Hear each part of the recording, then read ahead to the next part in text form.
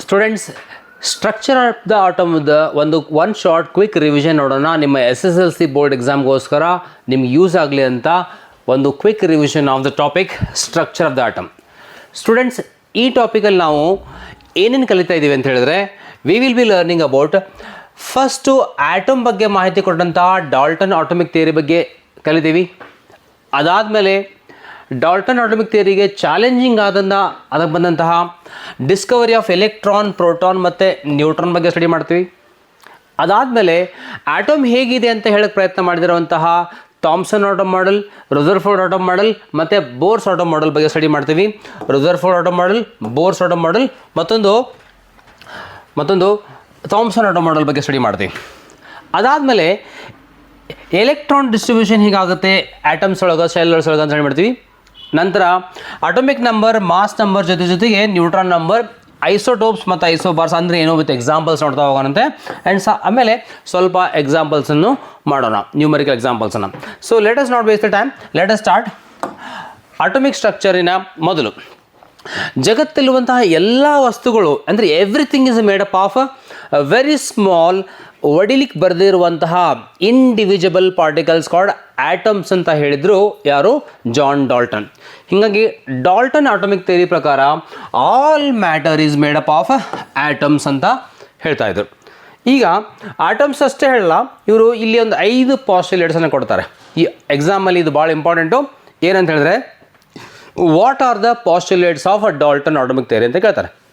ಅದ್ರೊಳಗೆ ಏನು ಪಾಸ್ಟುಲೇಟ್ಸ್ ಅಂತ ಹೇಳಿದ್ರೆ, ಮೊದಲನೇದು all matter is made up of tiny individual particles called atoms.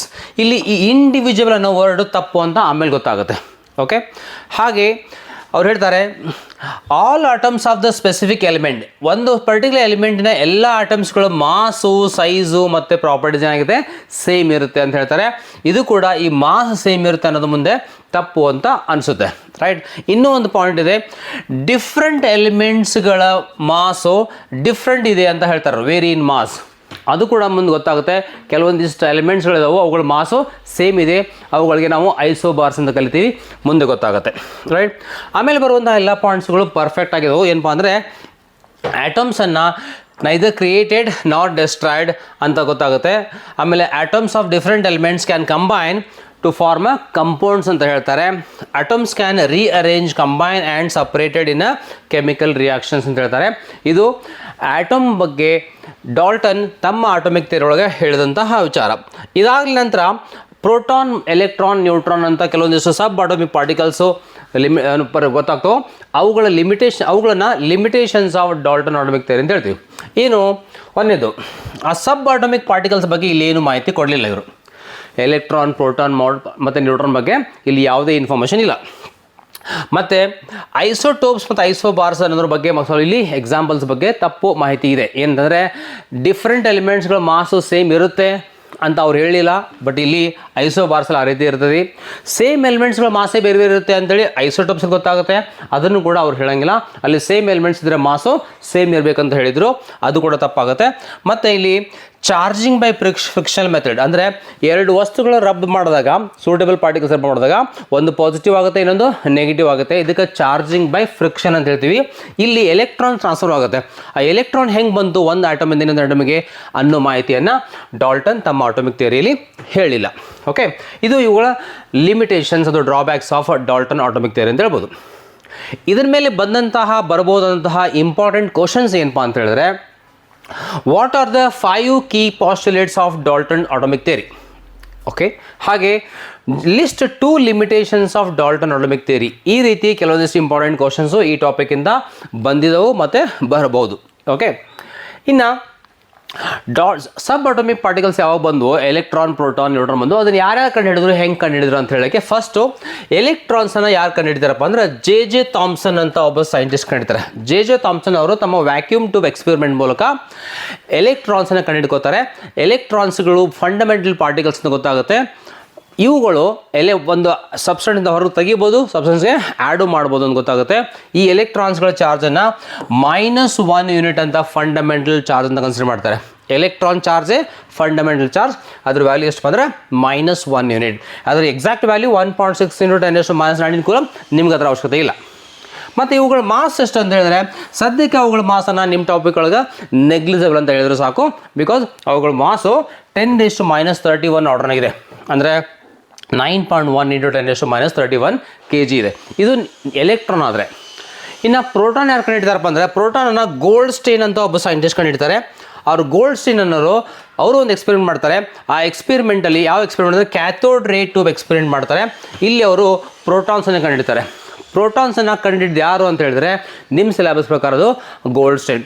Proton electron ಅಷ್ಟೇ ಚಾರ್ಜ್ ಇದೆ, ಆದರೆ ಪಾಸಿಟಿವ್ ಇದೆ. ಮಾಸ್ ಮಾತ್ರ ಎಲೆಕ್ಟ್ರಾನ್ಗಿಂತನೂ 2000 ಟೈಮ್ಸ್ ಜಾಸ್ತಿ ಇದೆ. Mass of the proton is 2000 times more than the mass of electron. But charge ಮಾತ್ರ ಅದು ಕೂಡ 1 ಯೂನಿಟು, ಇದು ಕೂಡ 1 unit. Electron -1 unit, protons +1 unit ಆಗಿರ್ತೈತಿ. ಅವುಗಳ ಮಾಸ್ ಮಾತ್ರ 1.67 × 10⁻27 kg ಆಗಿದೆ. ಇದನ್ನು ನೀವು ನೆನ್ಪಿಡುವಂಥ ಅವಶ್ಯಕತೆ ಇಲ್ಲ. ಇಷ್ಟು ನೆನ್ಪಿಡಬೇಕು, ಪ್ರೋಟಾನು ಎಲೆಕ್ಟ್ರಾನ್ಗಿಂತ 2000 ಟೈಮ್ ಹೆವಿ ಇದೆ ಅಂತೇಳಿ. ಇನ್ನು ಇನ್ನೊಂದು ಪಾರ್ಟಿಕಲ್ ಬರ್ತದೆ, ಸಬ್ ಅಟಾಮಿಕ್ ಪಾರ್ಟಿಕಲ್ ಅಪ್ಪ ಅಂದರೆ ನ್ಯೂಟ್ರಾನ್. ನ್ಯೂಟ್ರಾನ್ ಯಾರು ಕಂಡಿಡ್ತಾರಪ್ಪ ಅಂದರೆ ಜೇಮ್ಸ್ ಚಾಡ್ವಿಕ್ ಅನ್ನೋ ಒಬ್ಬ ಸೈಂಟಿಸ್ಟ್ ಕಂಡಿಡ್ತಾರೆ. ಜೇಮ್ಸ್ ಚಾಡ್ವಿಕ್ ಅವರು ಎಕ್ಸ್ಪೆರಿಮೆಂಟ್ ಮಾಡಿ ನ್ಯೂಟ್ರಾನ್ಸನ್ನು ಕಂಡಿಡ್ತಾರೆ. ನ್ಯೂಟ್ರಾನ್ ಅನ್ನೋದು ಚಾರ್ಜ್ ಇಲ್ಲದೆ ಇರುವಂತಹ ಒಂದು ಪಾರ್ಟಿಕಲ್. ಆಟಮ್ ಒಳಗಡೆ ಇರ್ತದೆ, ನ್ಯೂಕ್ಲಿಯಸ್ ಒಳಗಡೆ ಇರ್ತದೆ, ಆದರೆ ಇದು ಚಾರ್ಜ್ ಇರಲ್ಲ. ಬಟ್ ಮಾಸ್ ಮಾತ್ರ ಹೆಚ್ಚು ಕಡಿಮೆ ಪ್ರೋಟಾನ್ ಮಾಸ್ ಇರ್ತದೆ. ಅದ್ರ ಪ್ರೋಟಾನ್ಗಿಂತ ಒಂದು ಸ್ವಲ್ಪ ಹೆಚ್ಚಿಗೆ ಇರ್ತದೆ. ಆದರೂ ಕೂಡ ಇದರ ಮಾಸನ್ನು 1 ಯೂನಿಟ್ ಅಂತ ಕನ್ಸಿಡರ್ ಮಾಡ್ತೀವಿ, ರೈಟ್. ಈಗ ಕಂಪೇರ್ ಮಾಡ್ತಾ ಹೋದರೆ ಪ್ರೋಟಾನ್, ನ್ಯೂಟ್ರಾನ್, ಎಲೆಕ್ಟ್ರಾನ್. ಫಸ್ಟ್ ಕಂಡಿದ್ದು ಪಾರ್ಟಿಕಲ್ ಯಾವುದಪ್ಪ ಅಂದರೆ ಎಲೆಕ್ಟ್ರಾನ್. ಫಸ್ಟ್ ಗೊತ್ತಾಗಿರೋ ಪಾರ್ಟಿಕಲ್ ಯಾವುದು? ಎಲೆಕ್ಟ್ರಾನ್. ಎಲೆಕ್ಟ್ರಾನನ್ನು ಜೆ ಥಾಮ್ಸನ್ ಕಂಡಿಡ್ತಾರೆ. ಅದು ಎಲ್ಲಿದೆಪ್ಪ ಅಂದರೆ ನ್ಯೂಕ್ಲಿಯಸ್ಸಿಂದ ಹೊರಗಿರ್ತದೆ, ಆಟಮ್ ಒಳಗಡೆ ಇದೆ. ಓಕೆ. ಆಮೇಲೆ ಇದರ ಚಾರ್ಜ್ ಎಷ್ಟು? -1 ಯೂನಿಟ್. ಇದೇ ಫಂಡಮೆಂಟಲ್ ವ್ಯಾಲ್ಯೂ -1 ಯೂನಿಟ್ ಅನ್ನೋದು, ರೈಟ್. ಮತ್ತು ಅದರ ಮಾಸು ನೆಗ್ಲಿಜಿಬಲ್. ಇದು ಕಂಪೇರ್ ಮಾಡಿದ್ರೆ ನೆಕ್ಸ್ಟ್ ಗೊತ್ತಂಥ ಪಾರ್ಟಿಕಲ್ ಹೆಸರಪ್ಪ ಅಂದರೆ ನ್ಯೂಟ್ರಾನ್. ಇದನ್ನು ಯಾರು ಕಂಡಿಡ್ತಾರೆ? ಗೋಲ್ಡ್ಸ್ಟೈನ್ ಕಂಡಿಡ್ತಾರೆ. ಅದು ಎಲ್ಲಿದೆ? ನ್ಯೂಕ್ಲಿಯಸ್ ಒಳಗಡೆ ಇದೆ. ಇದು ನ್ಯೂಕ್ಲಿಯಸ್ ಒಳಗಡೆ ಇದೆ, ಚಾರ್ಜು 0, ಮಾಸ್ ಮಾತ್ರ ಮಾಸ್ ಆಫ್ ದ ಪ್ರೋಟಾನ್ಗೆ ಈಕ್ವಲ್ ಅಂತ ಕನ್ಸಿಡರ್ ಮಾಡ್ತೀವಿ, ರೈಟ್. ಅದಾದಮೇಲೆ ಇದು ಪ್ರೋಟಾನ್ ಆ್ಯಕ್ಚುಲಿ ಕಂಡಿದ್ದು. ನ್ಯೂಟ್ರಾನ್ ವ್ಯಾಲ್ಯೂ ನಾನು ಹೇಳಿದ್ದೆ ಇವಾಗ. ಪ್ರೋಟಾನನ್ನು ಯಾರು ಕಂಡಿಡ್ತಾರೆ? ಗೋಲ್ಡ್ಸ್ಟೈನ್ ಕಂಡಿಡ್ತಾರೆ. ಆಮೇಲೆ ಇದರ ಚಾರ್ಜು +1 ಯೂನಿಟ್, ಮಾಸು 1 ಯೂನಿಟ್ ಅಂತ ಹೇಳಬೇಕು. ಇದು ಪ್ರೋಟಾನ್, ನ್ಯೂಟ್ರಾನ್, ಎಲೆಕ್ಟ್ರಾನ್ ಬಗ್ಗೆ ಕಂಪ್ಯಾರಿಸನ್ ಮಾಡ್ತಾ ಯಾವಾಗ Goldstein everything is made up of atom ಅಂತ ಹೇಳಿದ್ರು, ಈಗ ಆಟಮ್ ಹೇಗಿದೆ ಅಂತ ತಿಳ್ಕೊಬೇಕಾಯ್ತು. ಎಲ್ಲ ಸೈಂಟಿಸ್ಟ್ಗಳು ಆಟಮ್ ಹೇಗಿದೆ ಅಂತ ತಿಳ್ಕೊಳ್ಳೋಕ್ಕೆ ಸ್ಟಾರ್ಟ್ ಮಾಡ್ತಾರೆ. ಆವಾಗ ಜೆ ಥಾಮ್ಸನ್ ಮಾಡ್ತಾರೆ, ಆಟಮ್ ಈ ರೀತಿ ಇದೆ ಅಂತ ಹೇಳಲಿಕ್ಕೆ ಎಕ್ಸ್ಪ್ಲೇನ್ ಮಾಡ್ತಾರೆ. ಅವರು ಕೆಲವೊಂದು ಎಕ್ಸಾಂಪಲ್ ತೊಗೋತಾರೆ. ಆ ಎಕ್ಸಾಂಪಲ್ಸ್ಗೆ ಬೇಕಾಗಿರುವಂಥ ಒಂದಿಷ್ಟು ಬೇಸಿಕ್ಸ್ ಏನಂದರೆ, ಇದು ನೋಡಿ, ಇದೊಂದು ಫ್ರೂಟ್ ಕೇಕ್. ಈ ಫ್ರೂಟ್ ಕೇಕಲ್ಲಿ ಕೇಕ್ ಇರೋ ಭಾಗ ಇದೆ, ಮಧ್ಯದಲ್ಲಿ ಅಲ್ಲೊಂದು ಲಾರ್ಜ್ ನಂಬರ್ ಆಫ್ ಫ್ರೂಟ್ಸ್ ಇದಾವೆ, ರೈಟ್. ಈ ಫ್ರೂಟ್ಸ್ ಇದಾವಲ್ಲ, ಇವುಗಳನ್ನು ಎಲೆಕ್ಟ್ರಾನ್ಸ್ಗೆ ಹೋಲಿಸ್ತಾರೆ. ರಿಮೈನಿಂಗ್ ಏನು ಫ್ರೂಟ್ ಇದೆಲ್ಲ, ಕೇಕ್ ಇದೆಯಲ್ಲ, ಆ ಕೇಕನ್ನು ಅವರು ಪಾಸಿಟಿವ್ ಚಾರ್ಜ್ಗೆ ಹೋಲಿಸ್ತಾರೆ. ಅದೇ ರೀತಿ ಅವರು ಒಂದು ವಾಟರ್ ಮೆಲನ್ಗೂ ಅದನ್ನು ಕಂಪೇರ್ ಮಾಡ್ತಾರೆ. ಏನನ್ನ? ಆಟಮ್ ಮಾಡಲನ್ನು. ಇಲ್ಲಿ ಈ ರೆಡ್ ಕಲರ್ ಹಣ್ಣಿನ ಭಾಗ ಇದೆಯಲ್ಲ, ಇದೆಲ್ಲ ಪಾಸಿಟಿವ್ ಚಾರ್ಜು. ಮತ್ತು ಇಲ್ಲಿ ಸೀಡ್ಸ್ ಇದಾವಲ್ಲ, ಇವೆಲ್ಲ ನೆಗೆಟಿವ್ ಚಾರ್ಜ್ ಥರ ಇದಾವೆ ಅಂಥೇಳಿ ಇದಕ್ಕೊಂದು ಆಟಮ್ ಮಾಡೆಲ್ಗೆ ಥಾಮ್ಸನ್ ಆಟಮ್ ಮಾಡೆಲ್ ಅಥವಾ ಪ್ಲಮ್ ಪುಡ್ಡಿಂಗ್ ಆಟಮ್ ಮಾಡೆಲ್ ಅಂತ ಕರೀತಾರೆ. ಯಾಕೆ ಪ್ಲಮ್ ಪುಡ್ಡಿಂಗ್ ಅಂತ ಹೇಳಿದ್ರೆ, ಇದೇನು ಕೇಕ್ ಇದೆಯಲ್ಲ, ಇದಕ್ಕೆ ಪುಡ್ಡಿಂಗ್ ಅಂತ ವರ್ಡ್ ಯೂಸ್ ಮಾಡ್ತಾರೆ. ಅದರೊಳಗಿರುವಂಥ ಸೀಡ್ಸ್ ಇದಾವಲ್ಲ, ಇಲ್ಲಿ ಫ್ರೂಟ್ಸು, ಅವಕ್ಕೆ ಪ್ಲಮ್ಸ್ ಅಂತ ವರ್ಡ್ ಯೂಸ್ ಮಾಡ್ತಾರೆ, ರೈಟ್. ಇದು ಸಾಮಾನ್ಯವಾಗಿ ಕೇಕ್ ತಯಾರು ಮಾಡುವಾಗ ಗೊತ್ತಾಗ್ತದೆ. ಪ್ಲಮ್ಸ್ ಇನ್ ದ ಪುಡ್ಡಿಂಗ್ ಅಂತಂದರೆ ಇದೇನು ಕೇಕ್ ಒಳಗಡೆ ಫ್ರೂಟ್ಸ್ ಇದಾವೆ ಅಂತ ಅರ್ಥ. ಅದೇ ರೀತಿ ವಾಟರ್ ಮೆಲನ್ ಸೀಡ್ಸ್ ಇದಾವೆ ಅಂತ ಅರ್ಥ. ಆ ರೀತಿ ಆಟಮ್ ಇದೆ. ಈ ರೆಡ್ ಕಲರ್ ಪಾರ್ಟ್ ಪೂರ್ತಿ ಪಾಸಿಟಿವ್ ಚಾರ್ಜು, ಇದು ಪಾಸಿಟಿವ್ ಚಾರ್ಜ್ ಸ್ಪಿಯರು. ಅದರೊಳಗೆ ಎಲೆಕ್ಟ್ರಾನ್ಸ್ ಇಲ್ಲೊಂದು ಎಂಬೆಡ್ ಆಗಿದಾವು, ಇಲ್ಲೊಂದು ಸಿಲ್ಕೊಂಡಿದ್ದಾವು ಅಂತ ಹೇಳ್ತಾರೆ. ಇದಕ್ಕೆ ಪ್ಲಮ್ ಪುಡ್ಡಿಂಗ್ ಆಟಮ್ ಮಾಡೆಲ್ ಅಂತ ಕರೀತಾರೆ. ಅದರ ಹೈಲೈಟ್ಸ್ ಏನಪ್ಪ ಅಂತ ಹೇಳಿದ್ರೆ, every atom consists of a positive charge sphere and electrons are embedded in it ಅಂತ ಅನ್ನೋದು, ರೈಟ್. ಎರಡನೇ ಪಾಸ್ಟುಲೇಟ್ ಏನಪ್ಪ ಅಂದರೆ, they are electric in neutral. ಯಾಕೆ? ಬಿಕಾಸ್ ನೆಗೆಟಿವ್ ಮತ್ತು ಪಾಸಿಟಿವ್ ಚಾರ್ಜ್ ಎರಡು ಏನಾಗ್ತಾವೆ? ಈಕ್ವಲ್ ಇದಾವೆ ಅಂತ ಹೇಳ್ತಾರೆ. ಈಕ್ವಲ್ ಇದ್ದಿದ್ದಕ್ಕೆ ಟೋಟಲ್ ಚಾರ್ಜ್ ಬಿಕಮ್ಸ್ 0, ರೈಟ್. ಆದರೆ ಈ ಥಾಮ್ಸನ್ ಆಟಮ್ ಮಾಡೆಲ್ ಈ ಎಕ್ಸ್ಪ್ಲನೇಷನ್ ಮಾಡಿದಲ್ಲ, ಇದನ್ನು ಪ್ರೂವ್ ಮಾಡಲಿಕ್ಕೆ ಫೇಲ್ ಆಗಿಬಿಡುತ್ತೆ. Therefore, Thomson atom model has got some limitations or drawbacks of a Thomson atom model. ಏನು ಹೇಳ್ತದಪ್ಪ ಅಂದರೆ, it could not explain how the positive charge can hold electrons which are negative. ಅರೆ positive ಒಳಗಡೆ negative ಇರೋಕ್ಕೆ ಹೆಂಗೆ ಸಾಧ್ಯ? Total 0 ಆಗಿಬಿಡ್ಬೇಕಿತ್ತು. ಹಾಗಾಗಿಲ್ಲ. ಪಾಸಿಟಿವನ್ನು electron ಹೆಂಗೆ ಇಟ್ಕೊಂಡಿದೆ ಅಂತ ಹೇಳಲಿಕ್ಕೆ ಅವರು ಫೇಲ್ ಆಗ್ತಾರೆ. ರೈಟ್. ಅಷ್ಟೇ ಅಲ್ಲದೆ ಆಟಮ್ ಯಾಕೆ ಸ್ಟೇಬಲ್ ಆಗಿದೆ, how the atom is stable, stability of the atom ಅನ್ನು ಹೇಳಿಕ್ಕೆ ಅವರು ಫೇಲ್ ಮಾಡ್ತಾರೆ. ಅಷ್ಟೇ ಅಲ್ಲ, ನ್ಯೂಕ್ಲಿಯಸ್ ಅಂತ ಒಂದು ಇದೆ ಅಂತ ಇವ್ರಿಗೆ ಗೊತ್ತೇ ಇರಲಿಲ್ಲ, ಅದನ್ನು ಹೇಳಲಿಲ್ಲ. ಹೀಗಾಗಿ ಈ ಆಟಮ್ ಮಾಡೆಲ್ ಇವೆಲ್ಲ ಲಿಮಿಟೇಷನ್ಸ್ ಅಥವಾ ಡ್ರಾಬ್ಯಾಕ್ಸ್ ಇದೆ. ಸರ್, ಇದ್ರ ಮೇಲೆ ಯಾವ ಥರ ಕ್ವಶನ್ ಕೇಳ್ಬೋದು ಎಕ್ಸಾಮಲ್ಲಿ, ನಿಮ್ಮ ಬೋರ್ಡ್ ಎಕ್ಸಾಮಲ್ಲಿ ಯಾವ ಥರ ಕ್ವಶನ್ ಕೇಳ್ಬೋದು ಈ ರೀತಿ. What are the postulates of Thomson atom model? ಈ 5 ಪಾಸ್ಟುಲೇಟ್ಸ್ ಇದಾವೆ, ಅವುಗಳನ್ನ ನೆನ್ಪಿಡ್ಬೇಕು. Okay, what are the limitations, 3 postulates ನೆನ್ಪಿಡಬೇಕು. What are the limitations of Thomson atom model ನೋಡಬೇಕು. According to Thomson atom model how the atom is neutral ಅಂತ explain ಮಾಡಬೇಕಾಯ್ತು. Right, ಈ ರೀತಿ ನಾವು ಥಾಮ್ಸನ್ ಆಟಮ್ ಮಾಡೆಲ್ ಲಿಮಿಟೇಷನ್ಸ್ ಮತ್ತು ಅದರ ಪಾಸ್ಟುಲೇಟ್ಸ್ ನೋಡಿದ್ವಿ. ಇದಾದಮೇಲೆ ರುದರ್ಫೋರ್ಡ್ಗೆ ಒಂದು ಕನ್ಫ್ಯೂಷನ್ ಏನಂತಂದರೆ, ಥಾಮ್ಸನ್ ಹೇಳ್ದಂಗೆ ಆಟಮಲ್ಲಿ ನಿಜವಾಗ್ಲೂ ಪಾಸಿಟಿವ್ ಚಾರ್ಜ್ ಯೂನಿಫಾರ್ಮ್ಲಿ ಡಿಸ್ಟ್ರಿಬ್ಯೂಟ್ ಆಗೈತಾ? ಡಿಸ್ಟ್ರಿಬ್ಯೂಟ್ ಆಗಿದ್ರೆ ಇದರ ಹತ್ರ large number of positive particle ಕಳಿಸಿದ್ರೆ ರಿಪಲ್ಷನ್ ಆಗಿ ದೂರ ಹೋಗಬೇಕಲ್ವಾ? ಆ ಥರ ತಲೆ ಇಟ್ಕೊಂಡು ಮತ್ತೊಂದು ನೆಕ್ಸ್ಟ್ ಒಂದು ಆಟೋ ಮಾಡೆಲ್ ಕೊಡೋಕ್ಕೆ ಪ್ರಯತ್ನ ಮಾಡ್ತಾರೆ. ಅದರ ಒಂದು ಸ್ವಲ್ಪ ಬೇಸಿಕ್ಸನ್ನು ನಾನು ನಿಮ್ಗೆ ಹೇಳೋಕ್ಕೆ ಪ್ರಯತ್ನ ಮಾಡ್ತೀನಿ. ಏನಂತ ಹೇಳಿದ್ರೆ, ಲೈಕ್ ಚಾರ್ಜಸ್ ಪಾಸಿಟಿವ್ ರಿಪೆಲ್ ಮಾಡುತ್ತೆ, ನೆಗೆಟಿವ್ ರಿಪೆಲ್ ಮಾಡ್ತಾವೆ, ಪಾಸಿಟಿವ್ ಬೇಕಾದ್ರೆ ಅಟ್ರಾಕ್ಟ್ ಮಾಡ್ತಾವೆ. ಇಲ್ಲಿ ಇದು ಇಂಪಾರ್ಟೆಂಟ್ ನಮಗೆ ಏನಂದರೆ, ಪಾಸಿಟಿವ್ ನೆಗೆಟಿವ್ ಅವುಗಳು ಒಂದಕ್ಕೊಂದು ರಿಪೆಲ್ ಮಾಡ್ತಾವೆ. ಲೈಕ್ ಚಾರ್ಜಸ್ ರಿಪೆಲ್ ಅನ್ನೋದು ನಮ್ಮ ತಲೆಯಾಗಿರ್ಬೇಕು. ಈಗ ಈ ಆಲ್ಫಾ ಪಾರ್ಟಿಕಲ್ ಅಂದರೆ ಅದು ಹೀಲಿಯಂ ನ್ಯೂಕ್ಲಿಯಸ್ಗೆ ಈಕ್ವಲೆಂಟ್ ಆಗಿದೆ. ಅಂದರೆ ಒಂದು ಹೀಲಿಯಂ ಆಟಮಿಂದ 2 ಪ್ರೋಟಾನ್ಸ್ನ 2 ಎಲೆಕ್ಟ್ರಾನ್ಸ್ ತೆಗೆದೇವೆ ಅಂತ ಅರ್ಥ. ತೆಗೆದ್ರೆ ಅದು ಪಾಸಿಟಿವ್ ಚಾರ್ಜ್ ಆಗುತ್ತೆ. ಆ ಥರ ಒಂದು ಆಲ್ಫಾ ಪಾರ್ಟಿಕಲ್ ಚಾರ್ಜ್ ಎಷ್ಟಪ್ಪ ಅಂತ ಹೇಳಿದ್ರೆ, charge symbol Q, charge of alpha particle is +2e ಆಗಿದೆ. ಮಾಸ್ ಆಫ್ ಆಲ್ಫಾ ಪಾರ್ಟಿಕಲ್ ಇದೆಲ್ಲ ಅದು 4 ಯೂನಿಟ್ಸ್ ಇದೆ. 1 ಯೂನಿಟ್ ಪ್ರೋಟಾನ್ ಮಾಸ್ ಅಂತ 4 ಯೂನಿಟ್ ಮಾಸ್ ಇದೆ ಆಲ್ಫಾ ಪಾರ್ಟಿಕಲ್ಗೆ. ಅಂದರೆ ಹೆವಿ ಪಾರ್ಟಿಕಲ್, ಪಾಸಿಟಿವ್ ಪಾರ್ಟಿಕಲ್. ಯೋಚನೆ ಮಾಡಿರಿ, ಈ ಪಾರ್ಟಿಕಲ್ ಏನಾದರೂ ಈ ಪಾಸಿಟಿವ್ ಚಾರ್ಜ್ ಇರುವಂತಹ ಆಟಮ್ ಹತ್ರ ಹೋದರೆ ರಿಪೆಲ್ ಆಗಬೇಕಲ್ವಾ? ಅದೇ ತಲೆಗೆ ಇಟ್ಕೊಂಡು ಎಕ್ಸ್ಪೆರಿಮೆಂಟ್ ಮಾಡೋಕ್ಕೆ ಪ್ರಯತ್ನ ಮಾಡ್ತಾರೆ ಗೋಲ್ಡ್ಸ್ಟೈನ್ ಆಲ್ಫಾ ಪಾರ್ಟಿಕಲ್ ತೊಗೊಂಡು ಅವರು ಒಂದೇ ಒಂದು ಆಟಮ್ ಕಡೆ ಕಳಿಸ್ತಾರೆ, ಆಟಮ್ ಹತ್ರ ಕಳಿಸ್ತಾರೆ. ಒಂದೇ ಒಂದು ಭಾಳ ಸಣ್ಣ ಆಟಮ್ ಸಿಗಬೇಕು ನಮಗೆ, ಒಂದೇ ಒಂದು ಆಟಮ್ ಸಿಗಬೇಕು. ಹೆಂಗೆ ಪಾಸಿಬಲ್ ಇದೆ? ಭಾಳ ತೆಳ್ಳಗೆ ಯಾವ ಮೆಟಲನ್ನು ನಾವು ಮಾಡ್ಬೋದು ಅಂತ ಹೇಳಿದ್ರೆ ಗೋಲ್ಡನ್ನು ಮಾಡ್ಬೋದು. Because gold is malleable and ductile ಆಗಿದೆ. What is a malleable and ductile ಅಂತ ಹೇಳಿದ್ರೆ, ಯಾವುದನ್ನು ಹ್ಯಾಮರಿಂದ ಬಡ್ದು ತೆಳ್ಳನ ಪೇಪರ್ ಥರ ಮಾಡ್ಬೋದು, ಅದಕ್ಕೆ ನಾವು ಮ್ಯಾಲೆಬಲ್ ಅಂತ ಹೇಳ್ತೀವಿ. ಅದನ್ನೇ ನಾವು ಸ್ಟ್ರೆಚ್ ಮಾಡ್ತಾ ಹೋದಂಗೆ ಅದು ತೆಳ್ಳನ ವೈರ್ ಥರ ಆದರೆ ಅದು ಡಕ್ಟೈಲ್ ಅಂತ ಹೇಳ್ತೀವಿ. ಓಕೆ, ಗೋಲ್ಡ್ ಎರಡೂ ಆಗಿದೆ, ಮ್ಯಾಲೆಬಲ್ ಇದೆ, ಡಕ್ಟೈಲ್ ಇದೆ. ನಮಗೀಗ ಮ್ಯಾಲೆಬಲ್ ಪ್ರಾಪರ್ಟಿ ಯೂಸ್ ಆಗುತ್ತೆ. ಯಾಕಂದರೆ ನಮಗೆ ಭಾಳ ತೆಳ್ಳಗಿರುವಂಥ ಒಂದು ಮೆಟಲ್ ಬೇಕು. ಅದರ ಆಟಮ್ಸ್ ಮೂಲಕ ನಾವು ಈ ಆಲ್ಫಾ ಪಾರ್ಟಿಕಲ್ಸನ್ನು ಪಾಸ್ ಮಾಡೋಕ್ಕೆ ಪ್ರಯತ್ನ ಮಾಡಬೇಕು. ನೋಡೋಣ ಅದು ಪಾಸ್ ಆಗುತ್ತೋ ಅಥವಾ ರಿಪೆಲ್ ಆಗುತ್ತೋ ಅಂತ. ಹಂಗೆ ಅಬ್ಸರ್ವೇಷನ್ ಮಾಡಿದಾಗ ಒಂದು ಸರ್ಪ್ರೈಸಿಂಗ್ ಅಬ್ಸರ್ವೇಷನ್ ಬರ್ತಾ ಇದೆ. ಏನಂತಂದರೆ, most of the alpha particle pass ಆಗ್ತದೆ. ಇದು ಆಲ್ಫಾ ಪಾರ್ಟಿಕಲನ್ನು ಹೊರಗೆ ಹಾಕುವಂತಹ ಒಂದು source, like radio active material. ಇದು ಯೆಲ್ಲೋ ಕಲರ್ ಕಾಣ್ತಾ ಇದೆಯಲ್ಲ, ಇದು ಗೋಲ್ಡ್ ಥಿನ್ ಪೇಪರ್. ಯಾಕಂದರೆ ಇದು ಲಾರ್ಜ್ ನಂಬರ್ ಆಫ್ ಆಟಮ್ಸ್ ಇದೆ. ಎಷ್ಟು ತಿನ್ನಪ್ಪ ಅಂದರೆ ಇದು 10⁻⁻7 ಮೀಟರ್ ತಿಕ್ ಇರ್ತದೆ. ನಿಮ್ಗೆ ಅವಶ್ಯಕತೆ ಇಲ್ಲ, ಆದರೂ 10⁻⁷ ಮೀಟರ್ ತಿಕ್ನೆಸ್ ಅದು. 10⁻⁷ ಮೀಟರ್ ಎಷ್ಟಪ್ಪ ಅಂತಂದರೆ ಭಾಳ ಅಂದರೆ ಒಂದು 1000 ಆಟಮ್ಸ್ ಇದೆ ಅನ್ಕೋರಿ ಅಷ್ಟೇ. ಇದ್ರ ಮೂಲಕ ಪಾಸ್ ಮಾಡಿದರೆ, ಈ ರೀತಿ ಆಟಮ್ಸ್ಗಳ ಮೂಲಕ ಪಾಸ್ ಮಾಡಿದರೆ ಒಂದು ಸರ್ಪ್ರೈಸಿಂಗ್ ಏನಂದರೆ, most of the atoms most of the alpha particles atom ಮೂಲಕ ಪಾಸ್ ಆಗ್ತದವು. ಅರೆ ರುದರ್ಫೋರ್ಡ್ ಹೇಳಿದ ಪ್ರಕಾರ ಇದು ಪೂರ ಪಾಸಿಟಿವ್ ಚಾರ್ಜ್ ಆಗಿದ್ರೆ ಇಲ್ಲಿ ಹೋದಂಥ ಎಲ್ಲ ಆಲ್ಫಾ ಪಾರ್ಟಿಕಲ್ ದೂರ ಹೋಗ್ಬಿಡಿದ್ದು ರಿಪಲ್ಷನ್ ಆಗಿ. ಆದರೆ ಹಂಗಾಗದೇನೆ ಏನಾಗ್ತಿದೆ, most of the alpha particles ಸುಮ್ಮನೆ ಪಾಸ್ ಆಗ್ತಿದ್ದಾವೆ. Most of the alpha particles are passing through atom. What does it indicates? It indicates that most of the atom is empty ಅಂತ ಗೊತ್ತಾಗ್ತದೆ. ಅಂದರೆ ಆಲ್ಫಾ ಪಾರ್ಟಿಕಲ್ ಒಳಗೆ ಸುಮ್ಮನೆ ಹೋಗ್ತಿದ್ದಾವೆ. ಹಾಗೆ some particles are getting scattered by small angle. Some particles scattered by small angle. ಹಾಗೆ ಪಾಸಿಟಿವನ್ನು ದೂರ ಕಳಿಸ್ತಿರ್ಬೇಕಂದ್ರೆ ಅಲ್ಲಿ ಏನಾಗಿರಬೇಕು, ಪಾಸಿಟಿವ್ ಇರಬೇಕು. ಆಮೇಲೆ ಇನ್ನೊಂದು ಇಂಟ್ರೆಸ್ಟಿಂಗ್ ಏನಪ್ಪ ಅಂದರೆ, only one out of 12,000 particles ಇದು. ಅಷ್ಟು ಪಾರ್ಟಿಕಲಲ್ಲಿ ಮಾತ್ರ 12,000 ಪಾರ್ಟಿಕಲ್ಸ್ ಹೋದ್ರೆ ಅದರ ಒಂದು ಆಲ್ಫಾ ಪಾರ್ಟಿಕಲ್ ಹೊಳ್ಳಿ ಬರ್ತಾ ಇದೆ. ಅಂದರೆ ಅಂದರೆ ಈ ಆಲ್ಫಾ ಪಾರ್ಟಿಕಲ್ ಹೆವಿ ಪಾರ್ಟಿಕಲು ಮತ್ತು ಡಬಲ್ ಚಾರ್ಜ್ ಅದನ್ನು ಹೊಳ್ಳಿ ಕಳಿಸ್ತಾ ಇದೆ ಅಂದರೆ ಆ ಜಾಗದಲ್ಲಿ ಏನಿರಬೇಕು, ನ್ಯೂಕ್ಲಿಯಸ್ ಇರಬೇಕು, ಅಂದರೆ ಪಾಸಿಟಿವ್ ಚಾರ್ಜ್ ಇರಬೇಕು ಅಂತ ಗೊತ್ತಾಗುತ್ತೆ. ಅವು ರುದರ್ಫೋರ್ಡ್ ಆಟಮ್ ಮಾಡೆಲ್ನಲ್ಲಿ ಲಿಸ್ಟ್ ಆಗ್ತಾವೆ. ಹಾಗೆ ರುದರ್ಫೋರ್ಡ್ ಆಟಮ್ ಮಾಡೆಲ್ ಲಿಸ್ಟ್ ಆಗುತ್ತೆ. ಅದು ಯಾವ ಬೇಸ್ ಮೇಲೆ ಅಂದರೆ ಅದು ಅವ್ರು ಮಾಡಿದಂತಹ previous experiment base, gold foil experiment base ಮೇಲೆ ರುದರ್ಫೋರ್ಡ್ ಆಟಮ್ ಮಾಡೆಲ್ ಕೊಡ್ತಾರೆ.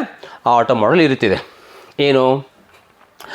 Entire positive charge and most of the mass.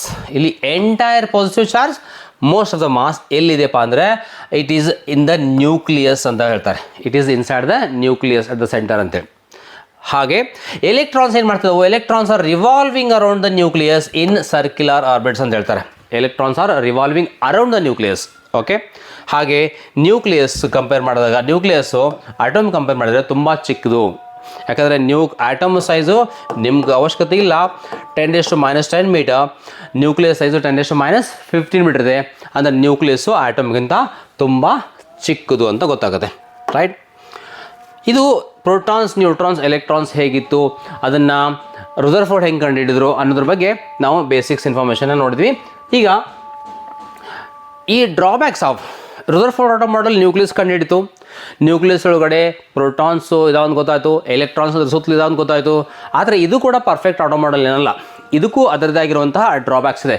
ಏನಂದರೆ ಇದು ಕೂಡ ಆಟಮ್ ಸ್ಟೇಬಲ್ ಅಂತ ಹೇಳಲಿಕ್ಕೆ ಫೇಲ್ ಆಗುತ್ತೆ. ಯಾಕಂದರೆ ರಿವಾಲ್ವಿಂಗ್ ಎಲೆಕ್ಟ್ರಾನ್ ಎನರ್ಜಿ ಕಳ್ಕೊಂಡು ನ್ಯೂಕ್ಲಿಯಸ್ ಜೊತೆ ಕೊಲಾಯ್ಡ್ ಆಗಬೇಕು ಅಂತ ಇವ್ರು ಹೇಳಬೇಕಾಗ್ತದೆ. ಹಾಗೆ ಇದು ಸ್ಟೆಬಿಲಿಟಿ ಬಗ್ಗೆ ಹೇಳಕ್ಕೆ ಫೇಲ್ ಆಯಿತು. ಮತ್ತು ಎಲೆಕ್ಟ್ರಾನು ಎನರ್ಜಿನ ಕಳ್ಕೊಳ್ಳುತ್ತೆ, fall into the nucleus ಅನ್ನು ಹೇಳೋದನ್ನು ಇವರು ಎಕ್ಸ್ಪ್ಲೇನ್ ಮಾಡೋದು ಫೇಲ್ ಆದರು. ಹೆಂಗೆ ಆಗುತ್ತೆ ಅಂತೇಳಿ. ರೈಟ್. ಅಷ್ಟೇ ಅಲ್ಲ, ಇದು inconsistent with Maxwell's electromagnetic wave theory ಪ್ರಕಾರ. Maxwell's electromagnetic wave theory is one of the most successful wave theory of light. ಅದನ್ನು ಹೇಳಲಿಕ್ಕೆ ಈ ಥಾಮ್ಸನ್ ಆಟಮ್ ಮಾಡೆಲ್ ಫೇಲ್ ಆಗುತ್ತೆ. These are the drawbacks of ಅದು Rutherford atom model. Right students, ಈ Rutherford atom ಮಾಡೆಲಿನ instability, stable ಅಲ್ಲ ಅಂತ ಬಂತಲ್ಲ, ಅದನ್ನು ಸರಿ ಮಾಡಲಿಕ್ಕೋಸ್ಕರ ನೀಲ್ಸ್ ಬೋರ್ ಅಂತ ಇನ್ನೊಬ್ಬ ಸೈಂಟಿಸ್ಟು ಅವರು ಹೊಸ ಆಟಮ್ ಮಾಡೆಲ್ ಪ್ರಪೋಸ್ ಮಾಡ್ತಾರೆ. ಅದರ ಹೆಸರೇ ಬೋರ್ಸ್ ಆಟಮ್ ಮಾಡೆಲ್. ಹಾಗೆ ಬೋರ್ಸ್ ಆಟಮ್ ಮಾಡೆಲ್ದ ಮೇನ್ ಏನಪ್ಪ ಅಂತಂದರೆ ಸ್ಟೆಬಿಲಿಟಿ ಆಫ್ ದ ಆಟಮನ್ನು ಹೇಳಲಿಕ್ಕೆ. ಇದು 3 ಪಾಸ್ಟುಲೇಟ್ ಮೇಲೆ ಡಿಪೆಂಡ್ ಆಗಿದೆ. ಏನಪ್ಪ ಅಂದರೆ ರುದರ್ಫೋರ್ಡ್ ಆಟಮ್ ಮಾಡೆಲ್ ಫೇಲ್ ಆಗಿದ್ದಕ್ಕೆ ತಿರುಗ್ತಾ ಇರುವಂಥ ಎಲೆಕ್ಟ್ರಾನು ಎನರ್ಜಿ ಕಳ್ಕೊಂಡ್ರೆ ಅದು ನ್ಯೂಕ್ಲಿಯಸ್ ಜೊತೆ ಕೊಲಾಯ್ಡ್ ಆಗಬೇಕು. ಈಗ ಹೇಳ್ತಾರೆ ಹಾಗೆ ಎಲೆಕ್ಟ್ರಾನು ಎಲ್ಲ ಆರ್ಬಿಟ್ ತಿರುಗಂಗಿಲ್ಲ. They revolve only in the discrete orbits without emitting energy ಅಂತ ಹೇಳ್ಬಿಡ್ತಾರೆ. ಮುಗಿತಲ್ಲ, ಎನರ್ಜಿ ಎಮಿಟ್ ಮಾಡಲ್ಲ. ಸೊ ಎನರ್ಜಿ ಕಳ್ಕೊಳಂಗಿಲ್ಲ ಅಂತಂದರೆ ಅದು ನ್ಯೂಕ್ಲಿಯಸ್ ಜೊತೆ ಕೊಲಾಯ್ಡ್ ಆಗೋಂಥ ಅವಶ್ಯಕತೆ ಇಲ್ಲ. ಸೊ ಫಸ್ಟ್ ಪಾಯಿಂಟಲ್ಲಿ ಅವರು ಅದರ ಸ್ಟೆಬಿಲಿಟಿಯನ್ನು ಸರಿ ಮಾಡ್ತಾರೆ. ಓಕೆ.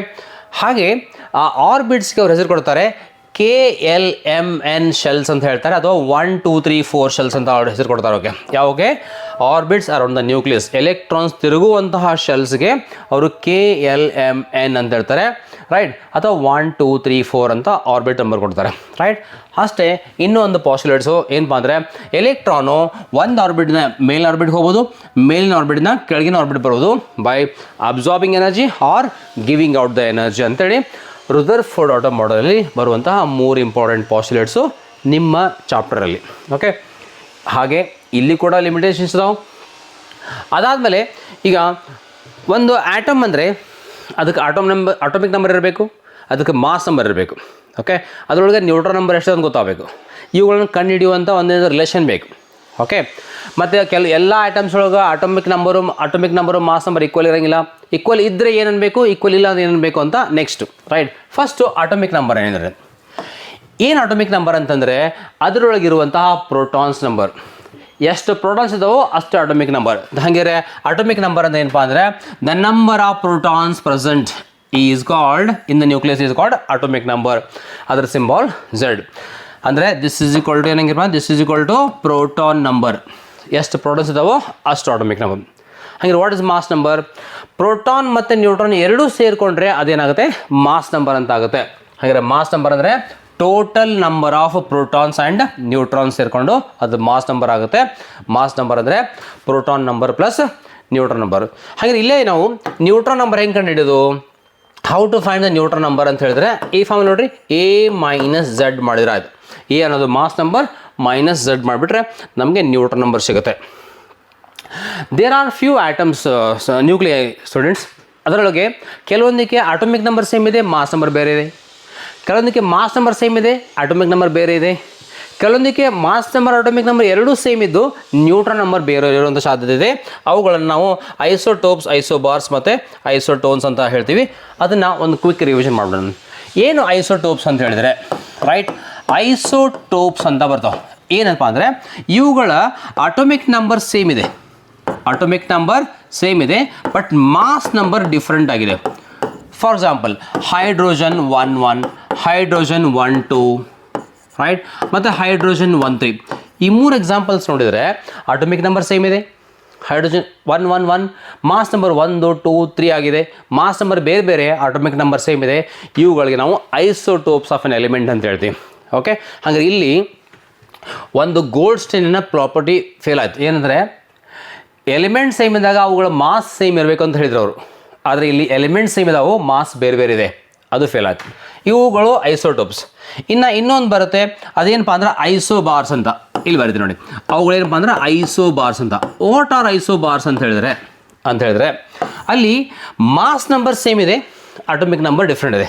ಫಾರ್ ಎಕ್ಸಾಂಪಲ್ ಹೈಡ್ರೋಜನ್ 1 ಮತ್ತು ಹೀಲಿಯಂ 2 ಇವೆರಡನ್ನ ಕಂಪೇರ್ ಮಾಡೋಣ. ಇಲ್ಲಿ ನೋಡಿ, ಹೈಡ್ರೋಜನ್ 1 ಮತ್ತು ಹೀಲಿಯಂ 2 ಮಾಸ್ ನಂಬರ್ ಇಲ್ಲಿನ 3 ಇದೆ, ಇಲ್ಲಿನ 3 ಇದೆ, ಮಾಸ್ ನಂಬರ್ ಸೇಮ್ ಆಯಿತು. ಆಟೋಮಿಕ್ ನಂಬರ್ 1 ಇದೆ, ಇಲ್ಲಿ 2 ಇದೆ, ಆಟೋಮಿಕ್ ನಂಬರ್ ಬೇರೆ ಇದೆ. ಇವುಗಳಿಗೆ ಐಸೋಬಾರ್ಸ್ ಅಂತ ಹೇಳ್ತಾರೆ. ಇಲ್ಲಿನ ಗೋಲ್ಡ್ಸ್ಟೈನ್ ಆಟೋಮಿಕ್ ಥಿಯರಿ ಫೇಲ್ ಆಯಿತು. ಏನಪ್ಪ ಅಂತಂದರೆ ಅವರು ಬೇರೆ ಎಲಿಮೆಂಟ್ಸ್ಗಳ ಮಾಸು ಬೇರೆ ಇರುತ್ತೆ ಅಂತ ಹೇಳಿದ್ರು. ಇಲ್ಲಿ ಬೇರೆ ಬೇರೆ ಎಲಿಮೆಂಟ್ಸ್ಗಳ ಮಾಸು ಸೇಮ್ ಬರ್ತಾ ಇದೆ. ಈ ರೀತಿ ನಾವು ಸ್ಟ್ರಕ್ಚರ್ ಆಫ್ ದ ಆಟಮನ್ನು ಒಂದು ಪಾರ್ಟನ್ನು ಒಂದು ಕ್ವಿಕ್ ರಿವಿಷನ್ ಮಾಡಿದ್ವಿ ನಿಮ್ಮ ಎಕ್ಸಾಮ್ಗೋಸ್ಕರ. ಇನ್ನೊಂದು ಪಾರ್ಟ್ ಮಾಡೋಣ. ಅಲ್ಲಿವರೆಗೂ ಏನು ಬೇಕೋ ರಿವಿಷನ್ ಮಾಡ್ತಾಯಿರಿ.